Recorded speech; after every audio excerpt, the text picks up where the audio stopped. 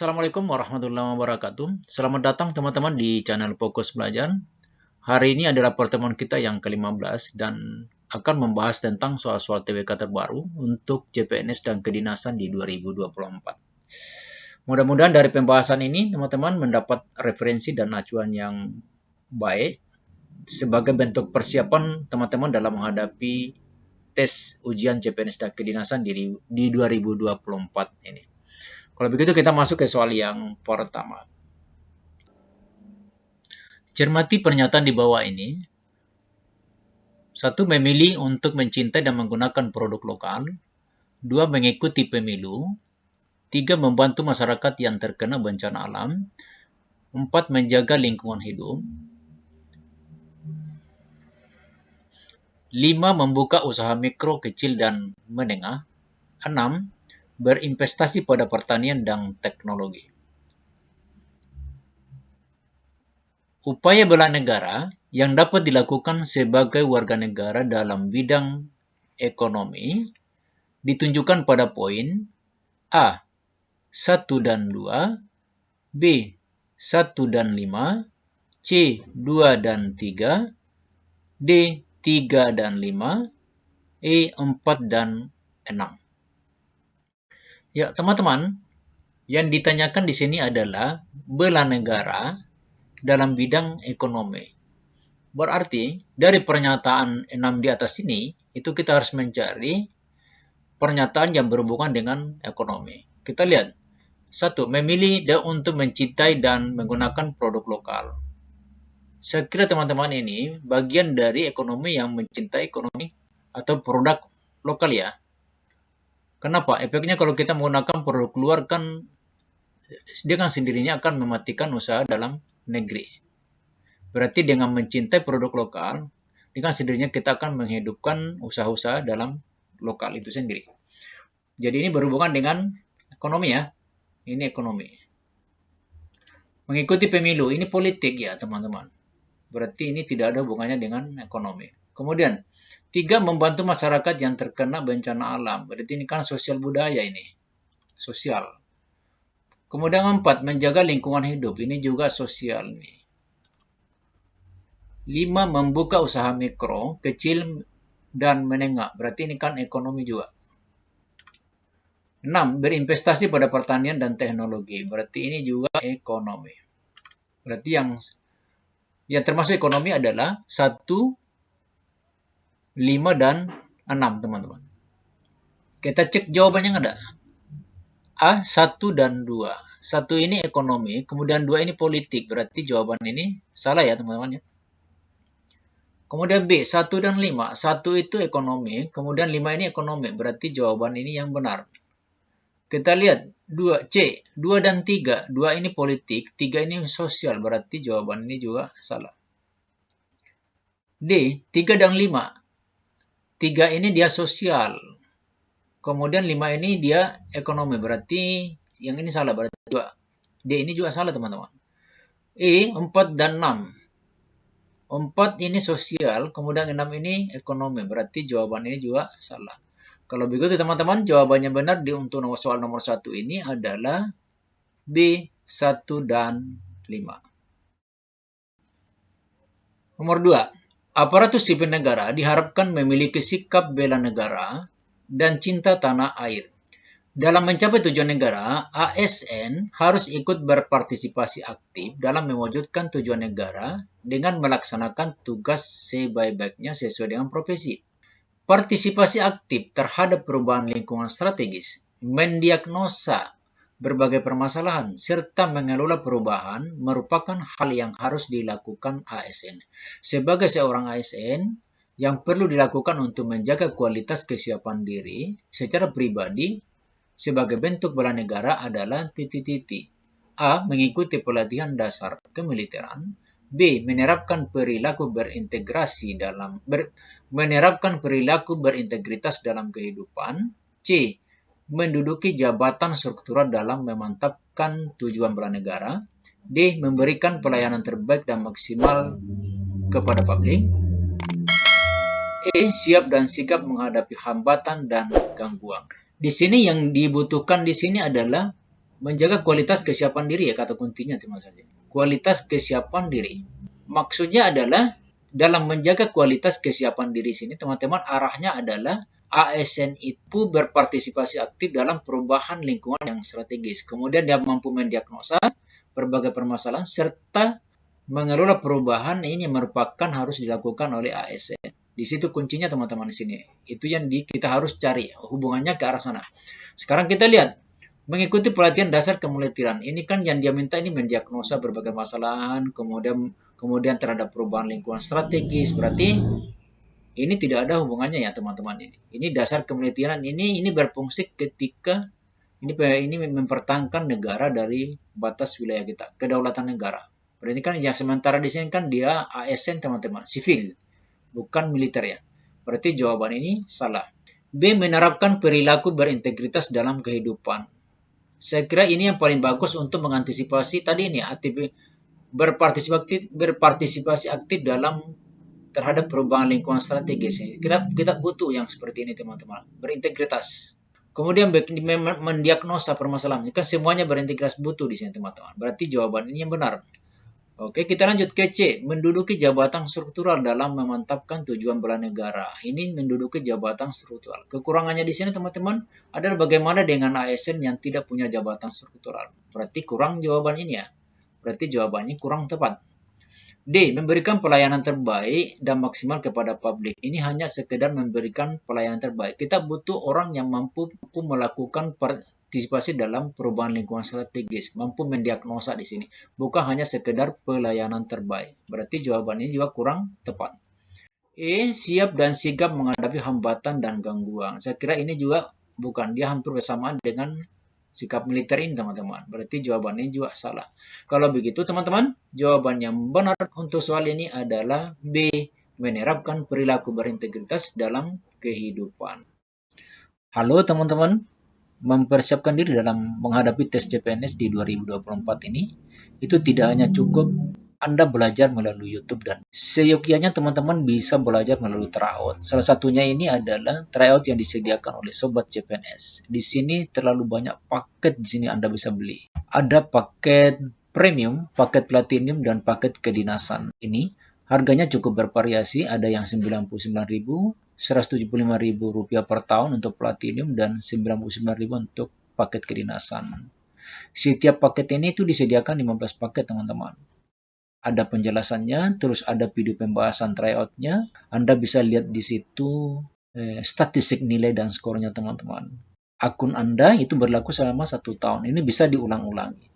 Oke, teman-teman, tunggu apa lagi? Silakan Anda mendaftar melalui link yang saya sudah siapkan di deskripsi video. Integritas adalah gambaran diri Anda dalam suatu organisasi yang terlihat dari perilaku dan tindakan sehari-hari. Integritas menunjukkan konsistensi antara ucapan dan keyakinan yang tercermin dalam perbuatan. Berperilaku dan bertindak dengan baik dan benar dalam integritas merupakan satu kesatuan yang menjadi tolok ukur pegawai dalam melaksanakan tugas. Di bawah ini, karakteristik pegawai yang memiliki integritas yang tercermin dalam bersikap adalah A. Bertanggung jawab dengan berani menanggung segala akibat dari permasalahan yang terjadi di kantor. B. Tidak ragu menunjukkan rasa tidak senang kepada rekan kerja yang bertindak menunjukkan perilaku berintegritas.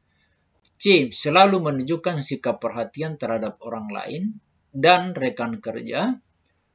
D. Selalu bersikap subjektif dalam berinteraksi di lingkungan pekerjaan. E. Tidak menyukai keterbukaan. Kembali ke soal. Yang dia minta sini teman-teman adalah cerminan dari sikap integritas dalam kehidupan sehari-hari ya.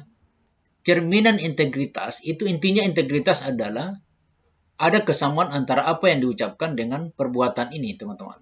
Kemudian yang ditanyakan adalah karakteristik pegawai yang memiliki sikap integritas itu yang mana ini? Oke, kita lihat. A. Bertanggung jawab dengan berani menanggung segala akibat dari permasalahan yang terjadi di kantor. Bertanggung jawab dengan berani menanggung segala akibat dari permasalahan yang terjadi di kantor. Ini kurang tepat teman-teman ya. poin penting dari sikap integritas itu sebenarnya adalah dia disiplin sebenarnya. Dia berani, kemudian dia jujur, kemudian dia peduli, dia bertanggung jawab,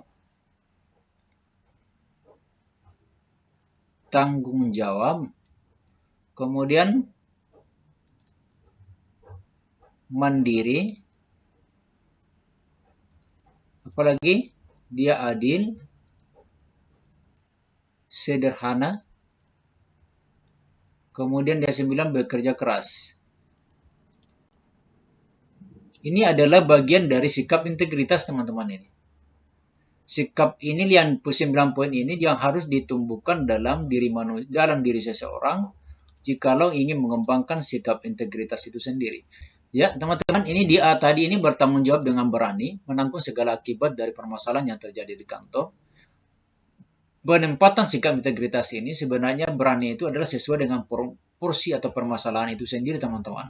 Bukan selamanya di sini kita harus berani menanggung akibat apa saja permasalahan itu. Tidak semuanya permasalahan ini harus ditanggung dengan sikap yang berani. Berani itu memang perlu. Jadi ini kurang ya. Benar, tapi ini masih kurang tepat.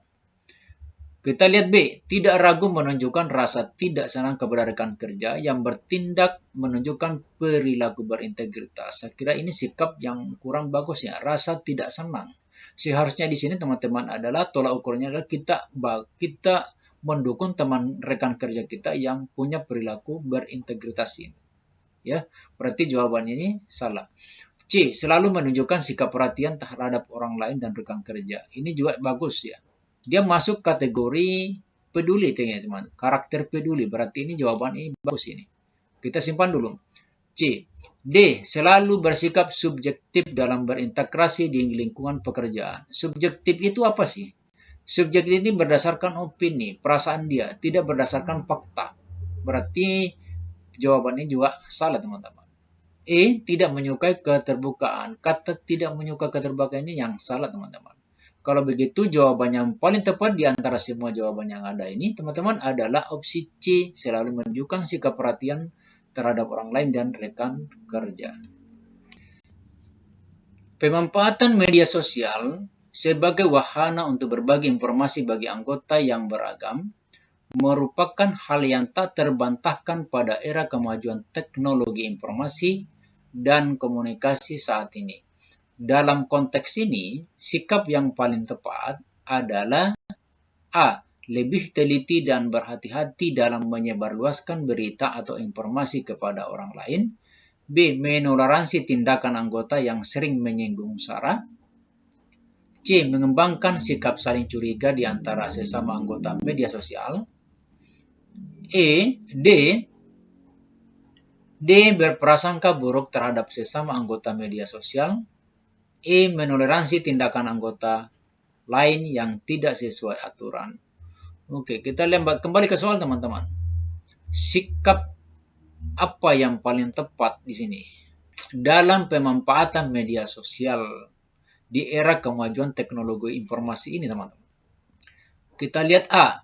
Lebih teliti dan berhati-hati dalam menyebarluaskan berita atau informasi kepada orang lain. Sekarang dunianya dunia internet, dunia teknologi, dunia tanpa batas, berita tanpa batas. Berarti di sini terlepas dari nilai positif dan negatifnya, saya kira lebih bagus ini, teman-teman. Kita harus lebih teliti dan berhati-hati dalam menyebarkan berita. Ya. Apalagi sekarang ini kan ada undang-undang ITE itu sendiri. Berarti sikap ini bagus ya, teman-teman, dalam menyikapi sikap kemajuan teknologi dan informasi ya. B. Menoleransi tindakan anggota yang sering menyinggung isu sara. Ini kita bertoleransi dalam ini. Saya kira kurang bagus ini, teman-teman.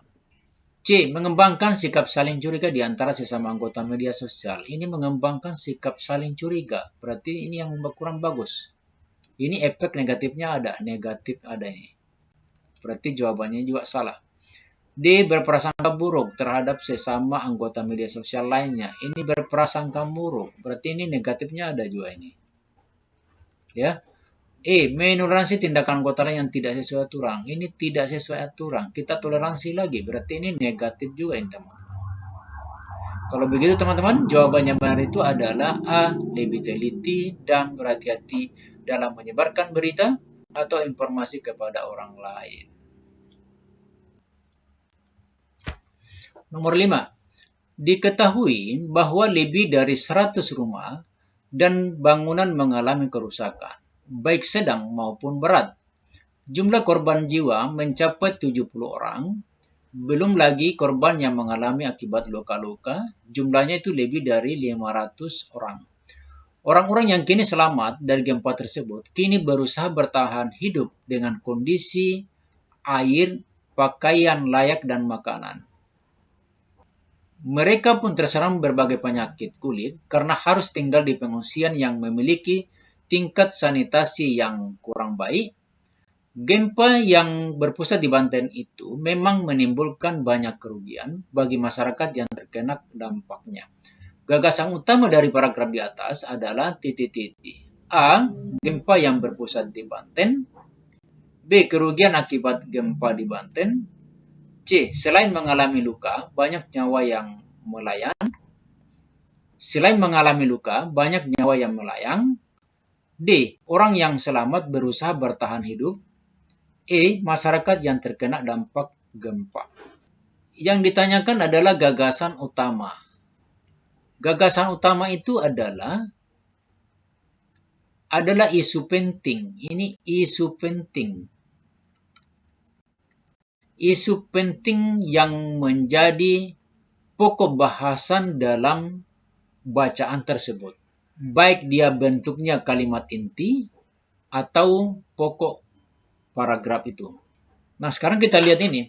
Dari kalimat awal ini, teman-teman, ini dari 100 rumah ini mengalami kekurangan. Kemudian jumlah korban ini mencapai 70. Yang luka-luka mengalami, yang luka-luka jumlahnya sekitar 500 orang. Kemudian hidup ini, yang selamat dari gempa ini itu bertahan hidup dengan kondisi kekurangan air, kekurangan pakaian yang layak, kemudian kekurangan makanan nih teman-teman. Kemudian di sini kalimat berikutnya ini terserang juga penyakit. Kemudian tinggal di pengungsian yang tingkat sanitasinya kurang baik. Nah, kemudian diakhiri dengan kalimat gempa yang berpusat di Banten itu menimbulkan banyak kerugian bagi masyarakat yang terkena dampaknya.